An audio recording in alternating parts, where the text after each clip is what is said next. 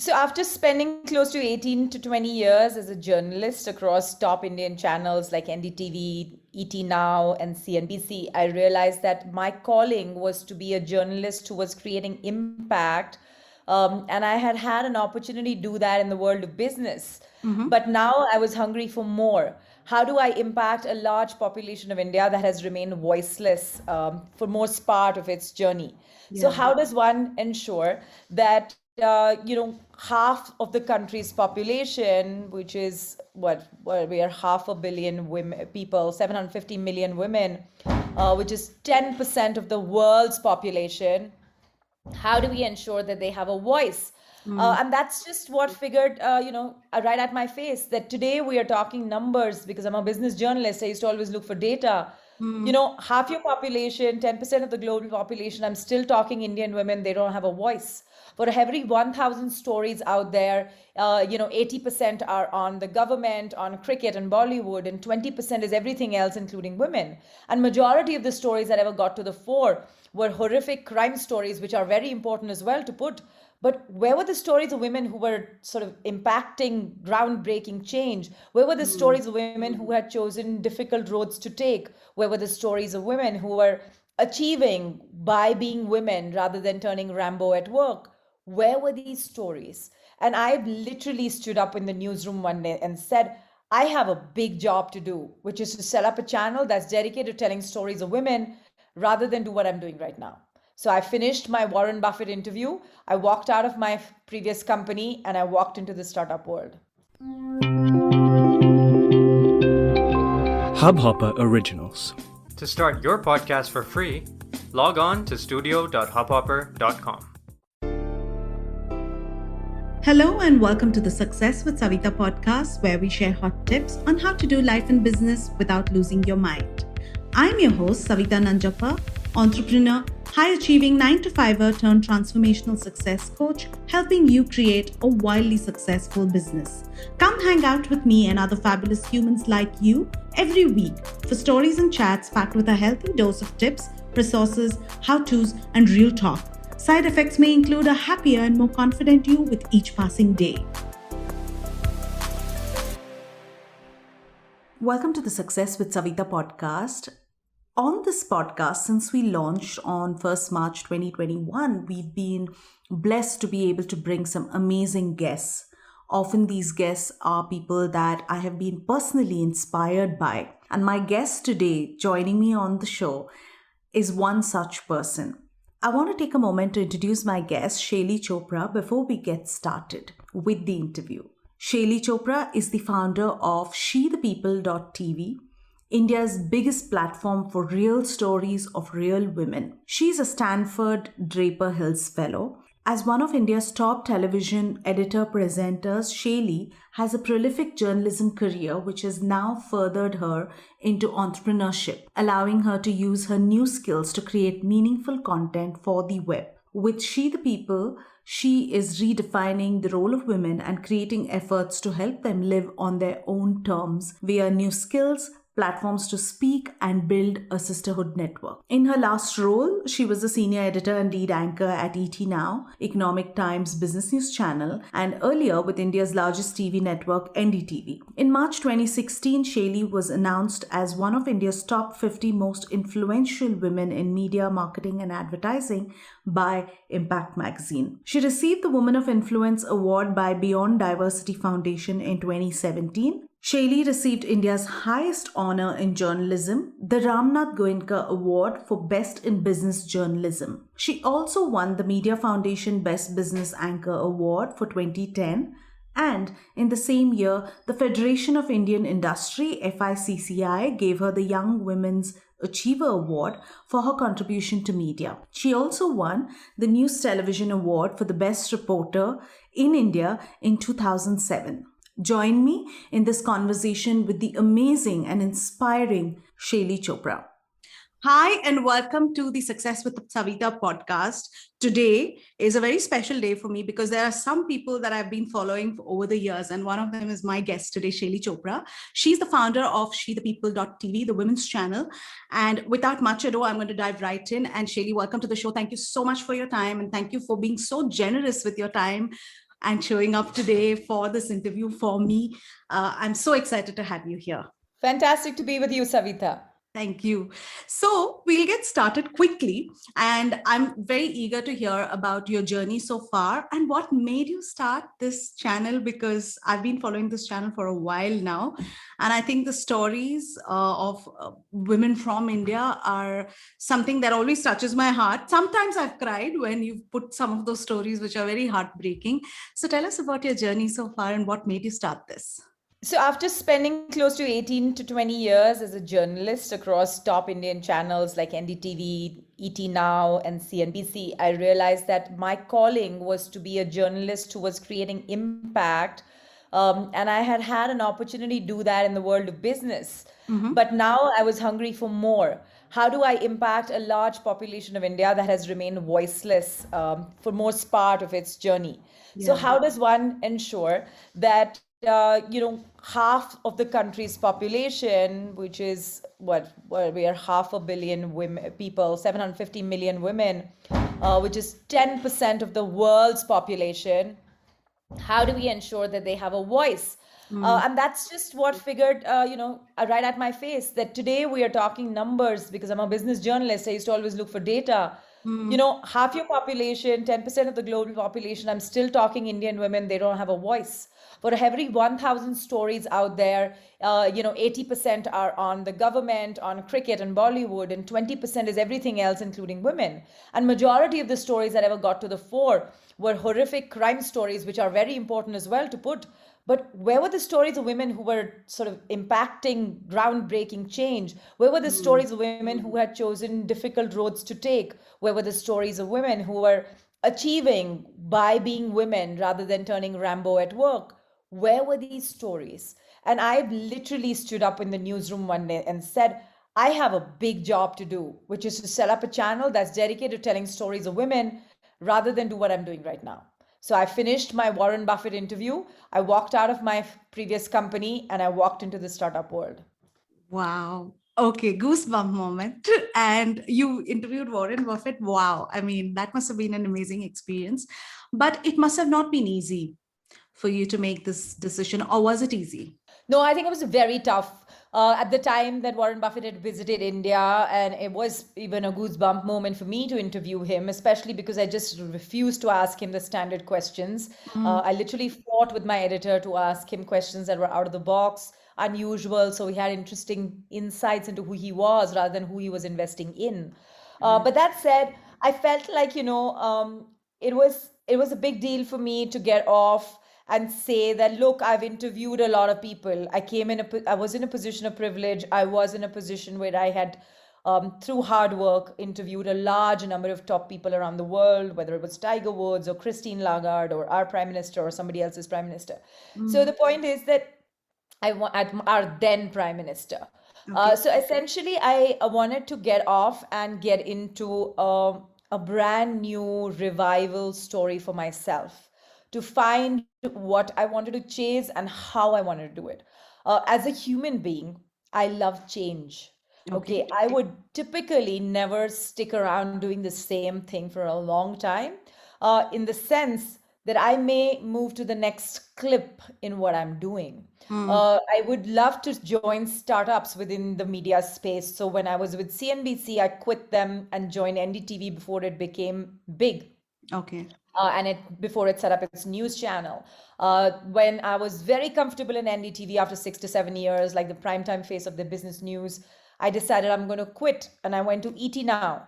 And that was also just coming up as a channel with no background of business news. So for me, it's a high to leave things when I'm at the peak, also because I'm also most confident at that point, and move to the next thing I want to build on. So when I did leave journalism, it was more than just leaving an organization. I mean, I did leave mainstream television business journalism. I Okay. still think I'm a journalist because, in many ways, what STP does is telling stories, and that is also very journalistic. So essentially, one big resistance for somebody who's quitting, being the face of a television channel every night, is when everybody says, "Oh, but you were the face. who leaves such a prominent position and just goes to do some startup stuff and some digital jazz, right? This is exactly Yeah. how most of my CEO friends would talk to me. And I was like, I'm going to start out. If I need to start out, I need to go into the space that even is not familiar to you yet, which is Mm. where you really go out and embrace change. And so I just delved into the digital world, which I was very familiar with and I was passionate about, because I was one of the few prominent tweeters from India at that Okay. point when Twitter had sort of come out. And I remember at the World Economic Forum in Davos, I mean, I was like a bit of a star who knew her Twitter, back then in Okay. 2008. And not too many people did that. They weren't that familiar with Twitter or social media. And I was a junkie by that time. So I think it was interesting for me to say in hindsight that it was easy because I knew that where I was going was a very interesting world and it sort of embraced me, the world of digital. But it was, of course, tough when you met some of the traditional old economy people and said, oh, at 20, did I leave it? No, at 33, who quits mainstream television to dive into something digital? I mean, who does that, right? So I was Yeah. I was torn apart at moments, but I also take this in my stride. If I hadn't done it at 33 and I started at 40, I'll be full of regrets because I started when nobody else was. So fun to put yourself through some tug of war with your own self. And you're still a star, at least for many of the people who don't know you. I mean, you don't know, but we are all watching you, and to us, you're a star. So it isn't just when Twitter came in. So tell me, Thank you. but tell me, after you started, now that you look back, do you think it was the right decision? I I mean, completely think it was the right decision. I mean, firstly, I think my mission, which was to go and talk with and about women. Secondly, to make journalism, media, communication more inclusive by including women and being more gender equal, though we're far from it still.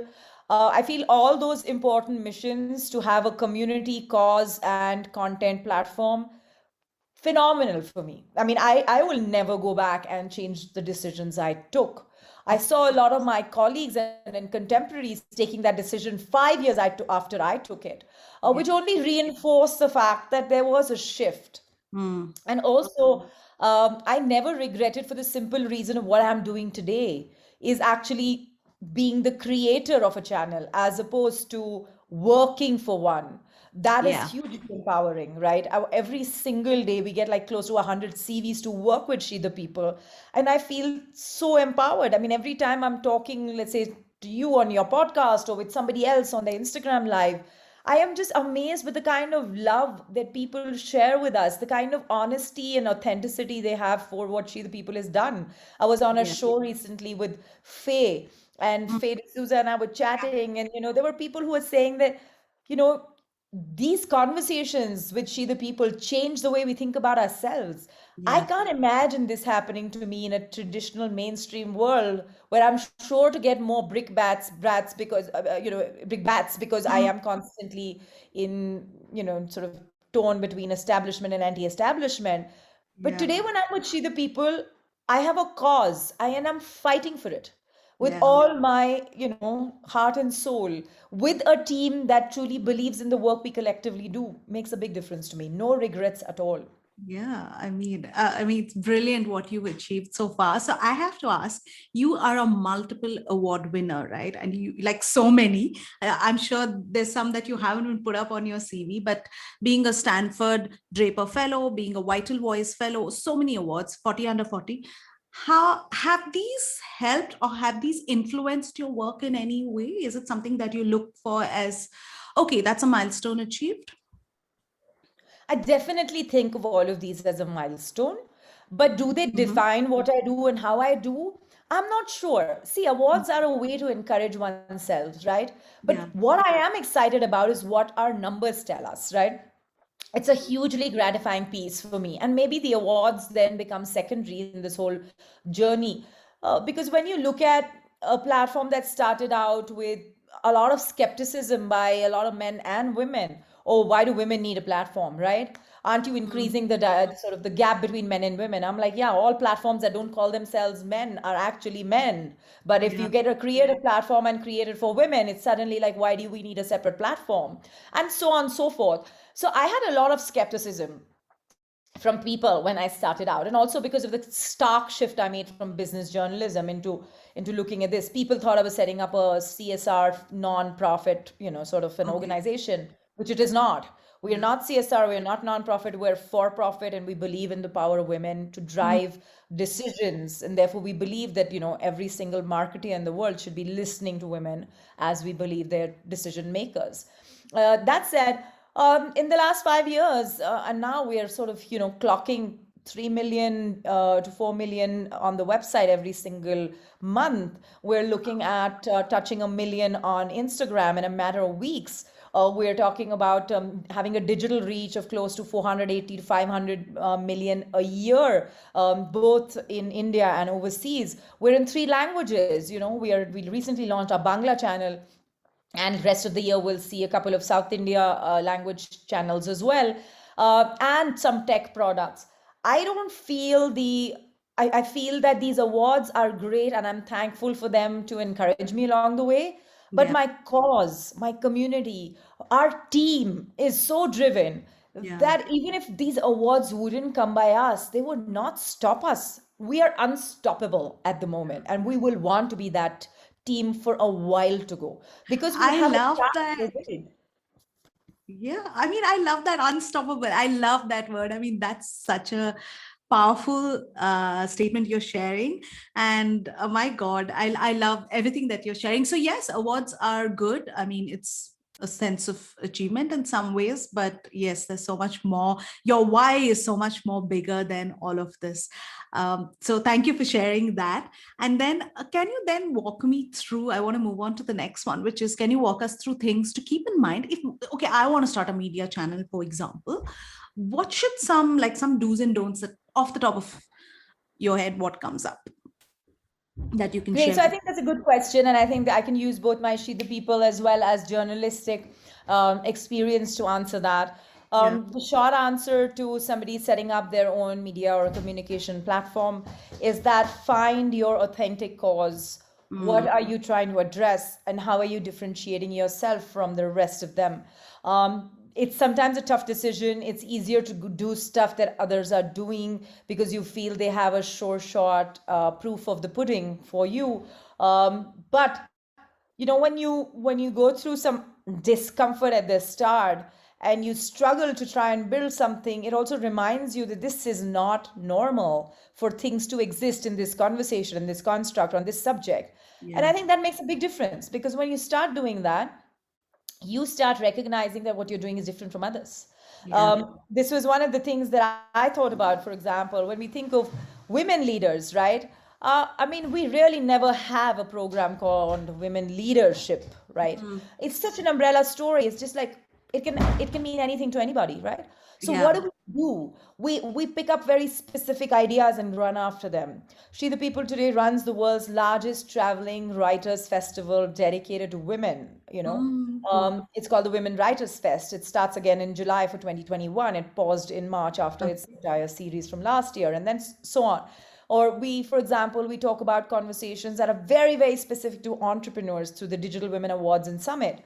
Yeah. We have very specific conversations on feminism through Feminist Rani, which is a traveling show in the pre-COVID world. And a post-COVID world, it's a book by Penguin that can be bought off the shelf on Amazon or Flipkart. Okay. So I feel there's an importance attached to what Yeah. and why you want to do what you want to do. Yeah. And you need to spend hours and days defining your what and why and reworking it from time to time to ensure you're on the path that you want to be. Like what you hear so far?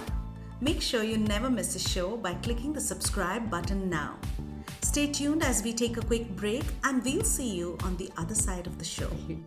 And I think everything that you're sharing is true to every single business you may want to start, right? This is something that every business should do, and it's not just only if you want to start a media channel, I think. So yeah, I mean, the what and why, to keep that at the forefront. And moving on, I do want to ask you this. I know that it's not about how you can start the media channel, but what are some core topics for women in India that you feel, and I'm sure there are many, but like a few that come top of mind that needs to be addressed very urgently for Indian women? So I think I wouldn't want to sound like the only person who wants to be prescriptive about Sure. what's required. But having had this benefit of many years of experience working with them, I think there's definitely a lot of scope in actually speaking up about domestic violence stories. Because the Hmm. more we talk about them, the more people will recognize how big an issue this is and how women are suffering and what can be outcomes from a solution shared problem solving point of view for a issue that is so mass in India. Yeah. On the face of it, it seems like this is a niche subject. It's not. Yeah. Domestic violence is a mass problem in our country. We need to recognize that. I think personally, to me, women in tech has had only lip service across our country. Women in tech needs a lot more nuanced, maybe even broken down further to specific kind of tech. I think that's a space to look at. I think there's a great opportunity to look at women in auto. I mean, She the People's doing some work with women in, who are amazing drivers and are choosing to be front-footed about their love for automobile. So I think there are lots of opportunities out there where between interest and social impact, you have a gamut of things to talk about, right? Yeah. Lots and lots of issues around here to think of. Yeah, yeah. But I like that you shared domestic violence. Like you said, it could feel like it's such a small problem, but it isn't. And the pandemic has showed us even more how stark it can be. And the people actually, the domestic violence issues going up more during the pandemic. So yeah, a lot of, and I also agree on the women in tech. In fact, one of my guests, my last guest, was sharing about how most of the companies like Google, Indian men are at the forefront, but you don't really see Indian women being spoken about. So I think, yes, those are some key things that a lot of people have started to speak about. And so coming to She the People, what's one business goal you'd like to achieve in 2021? I know it's the middle of the year, and I'm asking you this, but I'd still like to know if that's something that you'd like to share here. So I think She the People's predominant goal for 2021 are three. One is to hit that million mark across our social spaces. Mm-hmm. Two is to look at impacting in many other languages than just English, Hindi, and Bangla. Currently, we're only in three languages. Number three is to come up with one technology product that will be transformational for women, and it will widen the scope as well as access to very critical information that women need from verified sources and make that accessible. I have three basic goals, and you will soon hear about that last piece from us in the Oh, communication.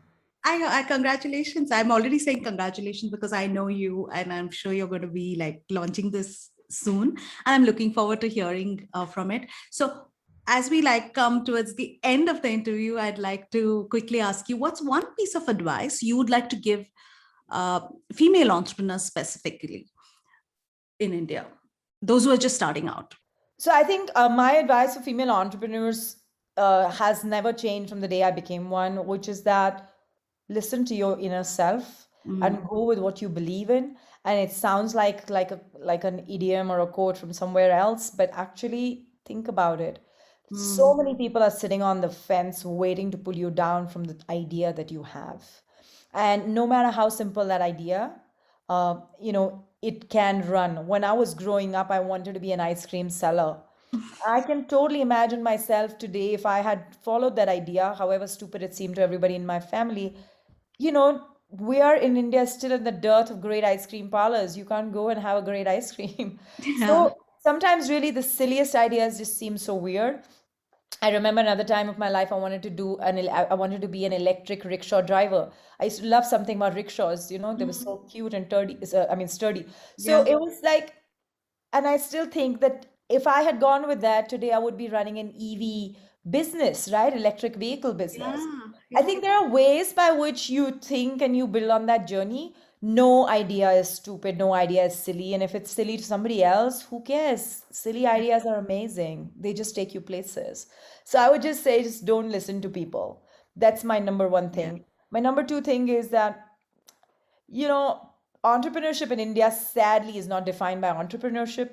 It's defined by how much money you raise. If you Mm, can get yourself from the horse that believes that's how it works, you might be in for doing some real work. If your only belief is that, oh, I raise this much today and I'll raise that much tomorrow and I'll raise that much day after, and that's your way of determining your idea of entrepreneurship, I would say rethink it unless you're so sure that you have that entire funding lined up for the next 7 fundraisers. So I'm not a big fan of that sort of entrepreneurship, which is very funds oriented and not impact oriented. Yes, funding may come for impact, but show impact first. That's my approach in life. yeah, fantastic. And what does a day in the life of Shaili Chopra look like? Great. So I actually have a very, very interesting day, and I try to look forward to my mornings. Mhm. On most days, I wake up at 5:30. I spend nearly an hour and a half myself with my tea and my phone and just my plants, and I talk to them and I have random conversations or I listen to some sort of music. I'm a very big Hindustani classical music lover. Mhm. So I spend my morning pretty much at peace with myself, my teacup, and some gadget that I'm interested in at that point. I do start my work at like 8ish, Mhm. and get clued in with the team and see what they want to do, how they want to do it, what we can do with them, etc. And I am very fortunate to have a team with people who are, sort of helping build She the People. Um, and as I go down my day, I, of course, I'm a mother to two, so that packs me up in different ways mentally. I always have a motherhood parcel to do something at all points. Yeah, so I kind of like find time to eat well. I find time to breathe fresh air. Mhm. Time to remind myself that just let's decide what are my big rocks today and not depend on the sand and the small rocks to deal with. So I Yeah. try to prioritize. Yeah. I can't say that I do it very well. I try to do all of these things as well as I can. At the end of the day, a little bit of OTT and a good sleep, is what wraps it up. But Yeah. yeah, I mean, through the day, work is work, and we all know what work is like: calls, Zooms, work, social media, this, that, and the other. Okay. I always love hearing about other people's days. And like you said, what to you seems like you're trying to do, but you're not very good maybe at all of it. I think everyone feels that, but we all like standing on the outside looking at you thinking, how does she do it? Like this is great. And this is kind of the inspirational work that so many of us may want to be doing as well. So yeah, I mean, I love hearing about people's days. And finally, a mantra that you live by, or what keeps you like going? Is there a mantra? First of Yeah, my mantra is simply this, and I think I only might have come up with it. Just take a chance on yourself. Mm, And that is my mantra. I never shy from taking a risk. I never shy from telling others to take a risk. And I don't say you take a risk on somebody else. I just say take a risk on yourself, because if you don't take a chance on yourself, how will people have the confidence to follow you? right. I love that. But I do have one question before I let you go. Okay. What have you always been confident, or is it something that you had to work on? I think that's a great question. I think confidence is about, I mean, being confident is not something that you are going to be it doesn't come as a recipe. Um, Broadly, I've always been confident. Okay. I was raised to be extremely independent. Mhm. I changed 17 schools in 12 classes. I made Wow. friends every few months. I changed schools, uniforms, books, and just an environment all the time. It hardened me up and it also helped me learn to understand how change works. So I think that was part of the confidence. I was also I mean, we are two daughters, two parents, and we were very, very outgoing and, so on and so forth. But I think, confidence is a great factor of what your position is at that point. When I say position, situation, circumstances, Yeah. I've been an extremely confident journalist. You can put me in front of television anytime in front of thousands of people, and I'm not going to flinch. Okay, Mm, flinch. But like, let's say when I stepped into entrepreneurship, I don't think I was a confident entrepreneur at all. I mean, I was like looking at failure every day and crying like any other little kid, like, oh, I'm not getting this, I'm not making this is not happening, I can't do it. I think confidence, therefore, is very circumstantial. And it took me some time to understand how the ropes of entrepreneurship work, how you build confidence, what helps you build confidence. Something as basic as an achievement to be able to understand how a current account differentiates, your access rights to something else, or how you file GST. I feel like a rock star just because I filed GST, on the first time I did it. So Okay. I'm just saying confidence is circumstantial. Yeah. Yeah, but it's something that I feel a lot of women struggle with, and sometimes it holds people back from being Yeah. their best selves. And they're so talented and they're so skilled, So but true. And that I totally understand that. So that's the point I'm saying, that, um, it's not like you're always born with it. Yes, your environment makes a big difference. Yes, if you're sort of raised with extremely confident, outgoing parents who are fine being in their own brown skin, with their own, vulnerabilities, and with their own sort of, their own mess, right? I mean, I'm a big believer that if you're comfortable in your own mess, you're going to be very comfortable in your own success. So I yeah. think it's something to think about there. Yeah, and I'm sure like looking at you adds a dose of confidence. Looking at you adds a bit of inspiration, and the work that you're doing is amazing. Thank you so much for today and for sharing your time with me for this podcast. And I look forward to having you when we hit 100K, which is the goal soon, back again maybe for part 2. Lovely, lovely. Congratulations. And keep me posted on how your journey is going. And I'll love to support you in whichever way I can. Thank you for listening to the podcast. If you like this episode and you want more, you can go to the show notes on my website, which is successwithsavita.com/podcast. If you like what you've heard so far, I would be grateful to you if you could leave me a 5-star review, subscribe to this podcast, and share with a friend who may find this useful. You can also follow me on my Instagram at @successwithsavita and DM me any questions you may have, and I will be happy to answer them for you. Until the next episode, believe in yourself and all the best to your success. इस hub hopper original को सुनने के लिए आपका शुक्रिया। अगर आप भी अपना पॉडकास्ट लॉन्च करना चाहते हैं, तो हब हॉपर स्टूडियो वेबसाइट पे रजिस्टर करें और 1 मिनट के अंदर अंदर अपना खुद का पॉडकास्ट लॉन्च करें। यही नहीं, स्टूडियो देता है आपको पूरी आजादी कहीं भी कभी भी अपना पॉडकास्ट लॉन्च करने की, सिर्फ 3 आसान स्टेप्स में। तो साथ में अपना पॉडकास्ट शुरू करने के लिए तैयार? Just hop on hub hopper, simply content.